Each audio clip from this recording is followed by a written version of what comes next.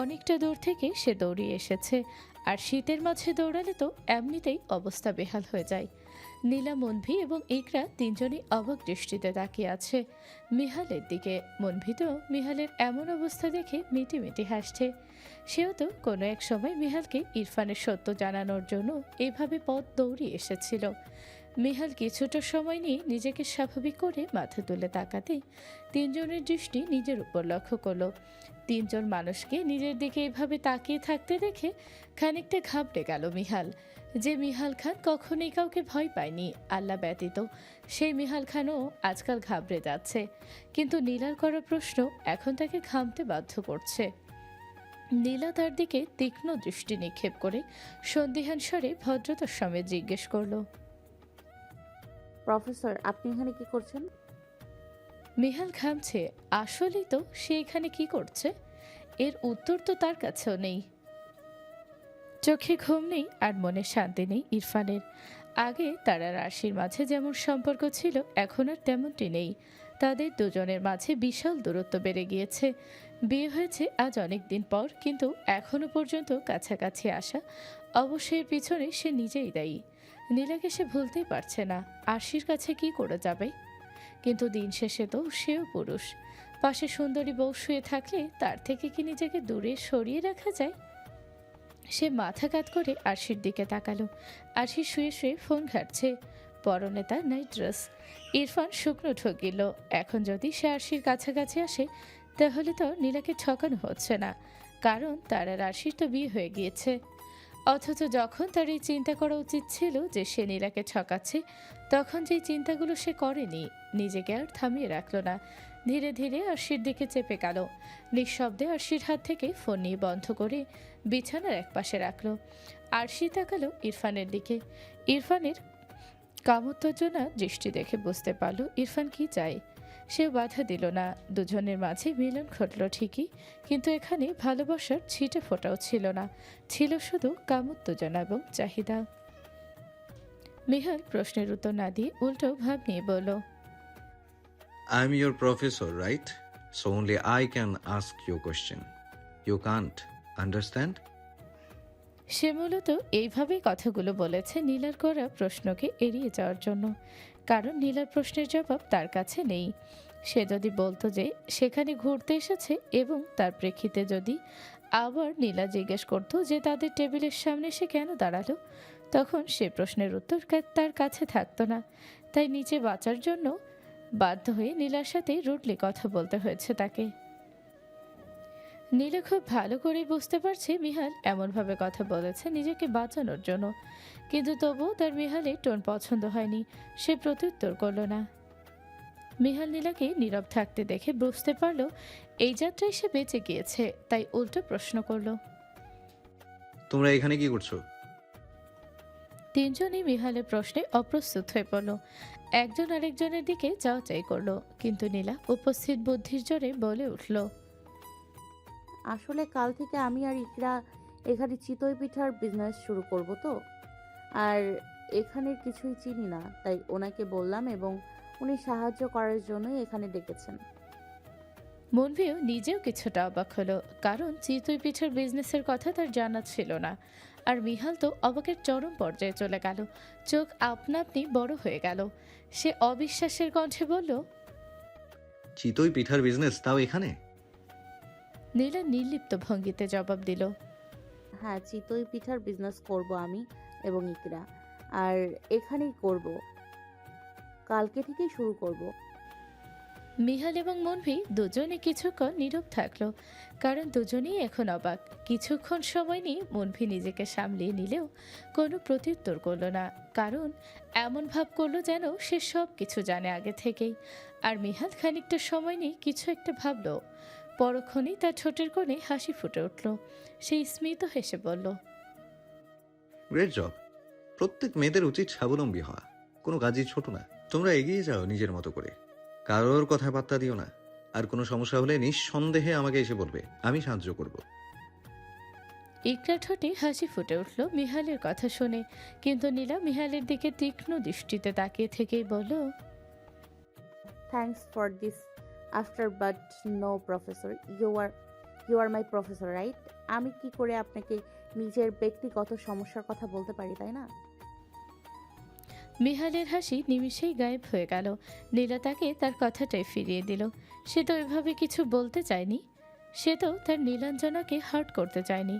তাহলে কি না চাইতেও সে তার নীলাঞ্জনাকে হার্ট করে ফেলেছে? তার নীলাঞ্জনা কি তার কথায় ব্যথিত হয়েছে? মিহালের মুখে অন্ধকার নেমে এলো। সে আরো কিছু বলতে যাবে তার আগেই নীলা একটার উদ্দেশ্যে বলল, আমাদের এখন ফিরে যাওয়া উচিত। বাড়ি গিয়ে তো আবার সবকিছু রেডি করতে হবে।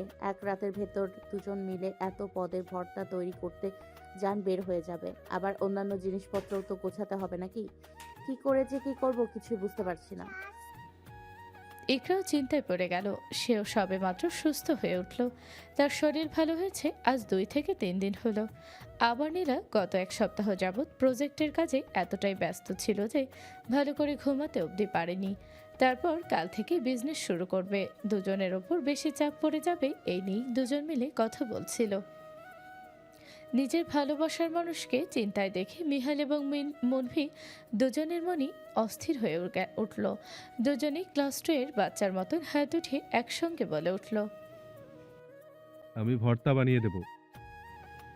নীলা এবং ইকরা একসঙ্গে তাদের দুজনের দিকে তাকালো এবং মিহাল আর মনভি একে অপরের দিকে তাকিয়ে আছে।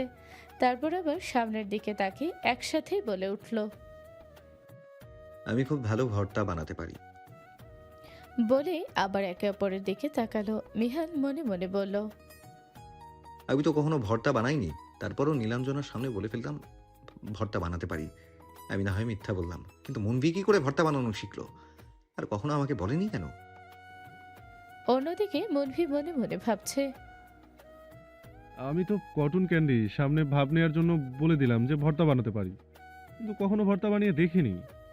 এবং এটি কি করে এবং কি কি দিয়ে বানায় তা সম্পর্কেও কোনো ধারণা নেই। তাহলে মিহাল কি করে পারে? তবে কি সে আন্টির কাছ থেকে ভর্তা বানানো শিখলো অথচ আমাকে বললো না? ইকরা মনভির কথা শুনে মনে মনে বেশ খুশি হলো। কম পাতে সে জেন্টলম্যান নাম দেয়নি। লোকটা নিতান্তই একজন জেন্টলম্যান। আর অন্যদিকে নীলা মিহালের দিকে তাকে নাকচ করে বলল, you are my professor right? আমি কি করে আপনাকে দিয়ে ভর্তা বানাতে পারি, তাই না প্রফেসর? আপনার শুধু শুধু কষ্ট করতে হবে না, আমি সামলিয়ে দিব। মিহালের মুখটা কালো হয়ে গেল। বাচ্চাদের মতো ঠোঁট উল্টে ফেলল সে। তার নিজের উপর বিরক্ত লাগছে। কেন যে তখন সেই কথাটি বলতে গিয়েছিল, এখন বারবার নিজের কথা নিজেকেই শুনতে হচ্ছে। ইঁদুরের বিষ খাইয়ে ইরফানকে মারার প্ল্যান ক্যান্সেল করে এখন ইচ্ছে করছে সেই বীজ নিজে খেয়ে নিতে। কিছু না বলেই মনভির পিঠে জোরে খুশি দিল। মনভি ব্যথার চোখ বন্ধ করে নিলেও মুখ দিয়ে টু শব্দ অব্দি করল না। আর যাই হোক, নিজের কটন ক্যান্ডির সামনে প্রেস্টিজের ফালুদা করা যাবে না। সে বুঝল মিহাল কি চাই, তাই পরিস্থিতি সামলাতে নীলার দিকে তাকিয়ে অনুরোধের সুরে বলল, বিদেশে তো বাঙালি বাঙালিকে সাহায্য করবে, তাই না? আমাকে কি তোমার এতটুকু সাহায্য করতে দেবে? তোমার প্রফেসরকে না না দাও, কিন্তু আমাকে দাও, আমি ম্যানেজ করে নেব। আমার উপর ভরসা করতে পারো। আর তোমরা দুজন মিলে একসাথে কত কিছু সামলাবে। অন্যান্য জিনিসগুলো তো আজকে গোছগাছ করতে হবে, তাই না? আর তোমার ফ্রেন্ড কিছুদিন আগেও অসুস্থ ছিল। এখন যদি এইসব কাজ করতে গিয়ে আবার অসুস্থ হয়ে যায়, তখন তাকে সামলাবে নাকি নতুন বিজনেস সামলাবে? এইবার না ভাই, আমাদের দুজনকে। বলেই থেমে গেল। তারপর নিজের কথা সংযত করে বলতে লাগলো, আমাকে দায়িত্ব দাও, আমি ভর্তা বানিয়ে দিব, কথা দিলাম। কথাগুলো বলে নীলার দিকে তাকিয়ে আশ্বাস দিল। নীলাও কিছুটা শান্ত হয়ে বলল, আচ্ছা, আপনার উপর ভরসা করাই যায়। মিহাল তীক্ষ্ণ দৃষ্টিতে তাকালো নীলার দিকে। মনে মনে বলল, ইরফানের সাথে থেকে ঢং করা শুরু করেছে। আমি থাকতে আরেকজনকে বিশ্বাস করছে, যত সব। বিয়ে করে শিক্ষা দেবো এই মেয়েকে, কিন্তু বিয়ে করার আগে ডিভোর্স করাতে হবে। ক্যাবে করে নিজেদের অ্যাপার্টমেন্টে ফিরেছে নীলা আর ইকরা। দুজনেই নীরব। ইকরা বসে বসে মনভির কথাগুলো ভাবছে। লোকটা পারেও বটে। মুখ দেখেই একটা স্পষ্ট বুঝতে পেরেছিল যে মনভি ভর্তা বানাতে পারে না, তবু ভাব নেওয়ার জন্য হ্যাঁ বলে দিল। অন্যদিকে নীলা মনে মনে কেবল একটি কথাই আওড়াচ্ছে, আমার ফুপুর সন্ধান পেয়েছি, অবশেষে ফুপুকে পেয়েছি। এখন যে করেই হোক ফুপুর সাথে পরিচিত হয়ে ফুপু আর বাবার এবং চাচাদের সম্পর্কে সম্পর্ক আগের মতন করে তুলতে হবে। কিন্তু তার আগে ইরফানের সাথে ওনার কি সমস্যা হয়েছে তা আমাকে জানতেই হবে। কিন্তু নীলাকে মনভীর বলা একটা কথা ভীষণ ভাবাচ্ছে। মনভীর বলেছিল মিহাল নাকি তার প্রেমিক হাবুডুবু খাচ্ছে, কিন্তু এটা কি করে সম্ভব? তারপর আবার নীলার মনে পড়ে যায় যে মিহাল তার জন্য সারা রাত জেগে থেকে তার প্রজেক্ট করে দিয়েছিল। নীলা নিজেকে এক গোলক ধাঁধায় আবিষ্কার করলো। তার মনের মাঝে যত প্রশ্ন আছে সব প্রশ্নের উত্তর মনভি এবং মিহালই দিতে পারে। নীলা রিকরাকে ক্যাবে উঠিয়ে দেওয়ার পর তাদের গাড়ি কিছুটা দূরে যেতেই মনভির পিঠে ভাদ্র মাসের তাল পড়ল। আর সেই তাল অর্থাৎ মনভির পিঠে জোরে ঘুষি মারার ব্যক্তিটি মিহাল স্বয়ং নিজেই। মনভি এবার ব্যথায় আর্তনাদ করে উঠল। আউচ! মিহাল! মিহাল রাগে দাঁতে দাঁত চেপে বলল। শালা, আমায় বলিসনি কেন তুই আজ ওর সাথে দেখা করবি? মনভি পিঠে হাত বোলাতে বোলাতে জিজ্ঞেস করল। ওটা কে? আচ্ছা, বুঝছি, তোর বোনের কথা বলছিস। অবশ্য ভাবিও বলতে পারিস, ইরফানের বউ বলে কথা। মিহালের চল শক্ত হয়ে গেল। সে মনভির দিকে অগ্নিদৃষ্টি নিক্ষেপ করে বলল। ও আমার বোন, তোর বোন। আর এত ভাবি ডাকার ইচ্ছে হলে নিজে ওকে ভাবি রাখবি, তাতে আমার কোনো অসুবিধা নেই। এবং লাস্ট বার ওয়ার্নিং দিচ্ছি, ওই ইঁদুরের নাম বলবি না। অসভ্য প্রাণী, ওকে তো আমি ইঁদুর মারার বিষ খাওয়াবো। মনভি মিহালের কথার মাঝে ফোড়ন কেটে বলল। তার জন্য আপনাকে বাংলাদেশ যেতে হবে। মিহাল নির্লিপ্ত ভঙ্গিতে বলল। বাংলাদেশ এমনিতেও যেতে হবে, অমনিতেও যেতে হবে। কারণ ওই ইঁদুরমুখী ইরফানের কাছ থেকে তো নিরঞ্জনার ডিভোর্স নেওয়াতে হবে, তাই না? মনভি মনে মনে বলল। যার বিয়েই হয়নি তার ডিভোর্স করানোর চিন্তা ভাবছে, হাউ ফানি! কিন্তু মুখে অবাকের ভঙ্গি মাইনে বলল। কি বলছিস? নীলার সাথে ইরফানের ডিভোর্স করাবি কেন? মিহাল মনভির কাঁধের ওপর হাত রেখে কাঁধ থেকে ধুলে ছাড়ছে এমনভাবে হাত নাড়াতে নাড়াতে বলল। সেই সব কথা তোর ভাবতে হবে না। আপাতত বাড়ি চল, ভর্তা বানাতে হবে তো নাকি? জীবনে বানিয়েছিস ভর্তা? মনভি দাঁত কেলিয়ে হেসে বলল। পারি না তো, জানিও না বানাতে কি কি প্রয়োজন হয়, কিন্তু এখন তো অস্বীকার করতে পারি না সুন্দরী মেয়ের সামনে। আমার একটা প্রেস্টিজ আছে নাকি? আর আমি নিতান্তই একজন জেন্টলম্যান, তোর মতন ভিলেন না। মিহাল বাঁকা হেসে বলল। হয়েছে, নিজের জেন্টলম্যানগিরি নিজের বউয়ের সামনে দেখাবি, আমার সামনে না। আমার সামনে এরকম জেন্টলম্যান সেজে থাকলে আমি তোকে বিয়ে করব না। আর আমার সামনে একদম ভালো সাজার নাটক করবি না। আর চল বাড়ি যাই, মার কাছ থেকে জেনে না হয় ভর্তা বানাবো। মনভি খুশি হয়ে বলল। হ্যাঁ হ্যাঁ, চল ভাই, আর দেরি করিস না। কি, তোরা ভর্তা বানানো শিখবি, তাও আবার এই ভরা সন্ধ্যাবেলা? বলি, বাইরে থেকে কি জিনভূত ভর করেছে তোদের ওপর? বলেই কোমরে দুহাত রেখে তীক্ষ্ণ দৃষ্টি নিক্ষেপ করলো ইসরাতুল মিনা নিজের ছেলে এবং তার প্রাণপ্রিয় বন্ধুর দিকে। মিহাল এবং মনভি দুজনেই ভরকে গেল। আসলে বাড়ি ফিরেই মিহাল তার মায়ের কাছে ক্লাস 2 এর বাচ্চার মতো বাইনা ধরেছে ভর্তা বানানো শেখাতে। এই অসময়ে ভর্তা বানানোর কারণ জানতে চাইলে মিহাল কোনো নির্দিষ্ট কারণ বলতে না পারায় তার মা বেজায় চটেছেন। এখন মনভি এবং মিহাল দুজনেই এখন মনে মনে দোয়া পড়ছে। মিনা মির্জা আবার গলার স্বর কিছুটা ভারী করে বললেন। কি হলো, জবাব দিচ্ছিস না কেন? এখন ভর্তা বানানো শিখতে চাইলে কেন হঠাৎ? জীবনে তো কখনো চাসনি, তাহলে আজ কেন, তাও এই মুহূর্তে? আবার কারণ বলতে পারছিস না? বড় হয়ে গিয়েছিস মানে এই না যে আমি এখনো তোদেরকে মারতে পারবো না। রান্নাঘরে আছি, আর এখানে যেমন আমি আছি তেমনই বেলুন আছে। বেলুন দিয়ে পিটিয়ে দুজনের মাথা ফাটিয়ে ভর্তা বানিয়ে দিব। তাড়াতাড়ি বল, এ অসময়ে ভর্তা বানানো শিখতে চাইলি কেন? নাকি আমি মিনুকে কল করে আসতে বলবো? নিজের মায়ের কথা শুনে মনভি ঘাবড়ে গেল। কোনি দিয়ে মিহালকে গুঁতো দিল। মিহাল মনভির দিকে তাকাতেই মনভি মিহালকে চোখ দিয়ে ইশারা করে বলল তার মাকে সামলাতে। মিহাল শুকনো ঢোক গেলে মায়ের দিকে তাকালো।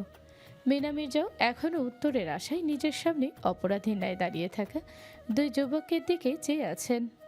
মিহাল কিছুটা তোতলাতে তোতলাতে বলল। আসলে মা, হয়েছে কি, ওই যে মানে মিনা মির্জা চোখ পাকিয়ে ধমকের সরে বলেন। মিহাল, ও ও আ আ ই এ এ করো না, যা বলার স্পষ্ট বলো, নয়তো একটা মারও মাটিতে পড়বে না। মিহাল অসহায় দৃষ্টিতে মনভির দিকে তাকালো। মনভি মিহালের কাঁধে হাত রেখে তাকে আশ্বাস দিয়ে ফিসফিস করে বলল, ভাই, মুখে যা আসে তাই বল। চিন্তা করিস না, তুই একা পিটুনি খাবি না, তোর সাথে আমিও খাবো। দুজন মিলে না হয় আজকে একটু মার খেলাম, সমস্যা নেই। দুজন মিলে 50-50 শেয়ার করে নিব। আপাতত বলে ফেল, নয়তো দেখা যাবে দুজনের 50-র জায়গায় 500% 500% করে মায়ের শেয়ার করতে হবে। মিহাল এবার কিছুটা ভরসা পেল মায়ের দিকে তাকিয়ে এক নিঃশ্বাসে বলে ফেলল, আসলে কালকে আমার এক বন্ধুর জন্মদিন। সে মাসখানেক আগে আমাদের কাছে ভর্তা খাওয়ার জন্য আজই জানিয়েছিল, কিন্তু মনে না থাকা এবং ব্যস্ততার কারণে তাকে ভর্তা বানিয়ে খাওয়ানো হয়নি। হঠাৎ মনে পড়লো কিছুদিন আগে সে বলেছিল তার জন্মদিনের দিন তাকে ভর্তা বানিয়ে খাওয়াতে। এটা ছিল তার আবদার। এখন তার জন্মদিন কালকে, আর আমাদের কোনো রকম প্রিপারেশন নেই। তাই তোমার কাছে আসা, তুমি দয়া করে আমাদেরকে ভর্তা কিভাবে বানাতে হয় তা যদি একটু বলে দিতে এবং প্রথমে একটু দেখিয়ে দাও, তারপর আজকে সারা রাত জেগে আমরা নিজে হাতে ভর্তা বানাবো। কথাগুলো বলেই থামলো। মিহাল একটা লম্বা শ্বাস ফেলল। মনভি হা করে তাকিয়ে আছে মিহালের দিকে। সে কল্পনা করতে পারেনি মিহাল তার মায়ের সামনে এক নাগাড়ে এত বড় মিথ্যা কথা বলে ফেলবে। মিনা মির্জার মন হয়তো কিছুটা গলল। তিনি শীতল দৃষ্টি নিক্ষেপ করে শান্ত গলায় বললেন, এই কথাটা আগে বললেই পারতি, এতক্ষণে এক পদের ভর্তা কি করে বানাতে হয় তা শিখিয়ে দিতাম। যাই হোক, এখন আর বেশি কথা না বলে পরনের কাপড়গুলো ছেড়ে অন্য কোনো পোশাক পরে আয়, তারপর আমি দেখিয়ে দিচ্ছি কিভাবে ভর্তা বানাতে হয়। মিহাল আর মনভি স্বস্তির নিঃশ্বাস ফেল। মিহাল নিজের ঘরে গিয়ে কাপড় চেঞ্জ করে এলো এবং মনভি আগে থেকেই এ বাড়িতে আসা যাওয়া করতো, তাই সবসময় তার জন্য একটি রুম বরাদ্দ থাকতো এবং সেখানে তার প্রয়োজনীয় জিনিসপত্র এবং কাপড় চোপড় থাকতো। মনভি সেই রুমে গিয়ে চেঞ্জ করে নিল। দুজনেই শার্ট প্যান্ট এবং হাফ হাতা গেঞ্জি পরে নিল। দুজনের চোখে মুখেই নতুন কিছু শেখার উৎফুল্লতা। মিনা মির্জা 3টি শিলনোড়া বের করলেন। তাদের বাড়িতে আগে থেকেই ছিল। 3টি থাকার কারণ হলো বাংলাদেশে মামুন খানের এক বন্ধু আছে যার ফ্যাক্টরিতে শিলনোড়া বানানো হয়। সে মাঝে মধ্যেই দেশ থেকে এখানে পাঠিয়ে দেন। ফলস্বরূপ এখন তাদের বাসায় 3টে শিলনোড়া আছে। রান্নাঘরে সুন্দর করে সবকিছু সামলে রাখলেন মিনা মির্জা। মনভি এবং মিহাল এসে মিনা মির্জার দুপাশে বসলো। মিনা মির্জা তাদেরকে উদ্দেশ্য করে বলতে লাগলো, ভর্তা বানানোর জন্য সব থেকে প্রয়োজন হলো কাঁচামরিচ, শুকনা মরিচ এবং পেঁয়াজ এবং রসুন। এগুলোকে চুলোয় হালকা আঁচে একটু ভেজে নিতে হবে। আবার কিছু ভর্তা আছে যেগুলোতে জিনিসগুলো না ভাজলেও হয়, তাহলে ভর্তার ধাক লাগে বেশি। ভর্তা কয়েক রকমের বানানো যায়, ঘরে যেগুলো আছে সেগুলো দিয়ে অল্প ভর্তা হবে। তাই আমি মার্কোকে পাঠিয়েছি বাইরে থেকে কিছু জিনিস আনতে। এখন আমি দেখিয়ে দিয়ে যাচ্ছি কিভাবে বানাতে হয়, তারপর সেই জিনিসগুলো আনলে তোরা নিজেদের মতো ভর্তা বানাতে পারবি। মিহাল এবং মনভি কেবল নিজেদের মাথা নাড়ল, অর্থাৎ তারা বুঝতে পেরেছে। মিনা মির্জা কয়েক পদের ভর্তা অল্প অল্প করে বানিয়ে তাদেরকে শিখিয়ে দিলেন কিভাবে ভর্তা বানাতে হয়, যেমন লাল মরিচের ভর্তা, ধনে পাতার ভর্তা, রসুন ভর্তা আর শুকনো মরিচের ভর্তা। তাছাড়াও আরও কয়েক পদের ভর্তা বানানো শিখিয়ে দিলেন। মিহাল এবং মনভি খুব মনোযোগ সহকারে দেখে নিল এবং সাথে সাথে তারাও চেষ্টা করলো। প্রথম প্রথম একটু কষ্ট হলেও পরে আস্তে আস্তে তারাও শিখে ফেলেছে। আর ছেলে মানুষ শরীরে জোর দিতেই মরিচ, পেঁয়াজ এগুলো মিহি হয়ে যাচ্ছে সহজেই। তারা যখন কি করতে হবে তা বুঝে ফেল, তখনই মিনা মির্জাকে বুঝিয়ে সুঝিয়ে ঘরে পাঠিয়ে দিল। এখন দুই বন্ধু মিলে কাজে লেগে পড়ল ভর্তা বানানোর। ঘড়ির দিকে তাকিয়ে দেখে তাদের শিখতে শিখতে রাত 10টা বেজে গেছে। আজ সারা রাত জেগে থেকে ভর্তা বানাতে হবে।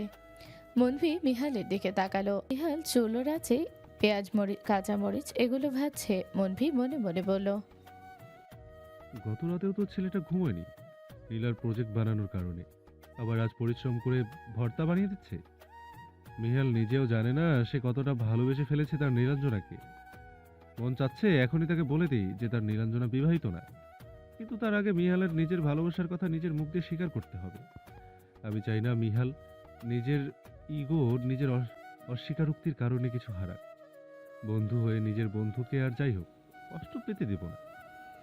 নীলা এবং ইকরা সবকিছু গোছগাছ করে তৈরি করেছে। কালকে ইউনিভার্সিটি থেকে এসে খাওয়া দাওয়া করে আসরের নামাজ পড়েই তারা যাবে সেখানে পিঠা বিক্রি করতে। বিকাল থেকে রাত 8টা পর্যন্ত ভালোই কেনা বেচা করতে পারবে সেখানে। তারপর বাড়ি এসে আবার পড়াশোনা করতে হবে তাদের। এভাবেই প্ল্যান করলো দুজন মিলে। আর উইকেন্ডে সকাল থেকে রাত 10টা পর্যন্ত পালাপালা করে থাকবে দুজনে। সকল কাজ মিটিয়ে ড্রয়িং রুমের সোফায় বসলো দুজনে। নীলা সিলিংয়ের দিকে তাকিয়ে থেকে ইকরার উদ্দেশ্যে বলল, তোর কি মনে হয় পেয়ারে লাল এবং তোর সেই জেন্টলম্যান কি ভর্তা বানাতে পারবে? তারা কি আদৌ কখনো ভর্তা বানিয়েছে? আমার তো মনে হচ্ছে কখনো ভর্তা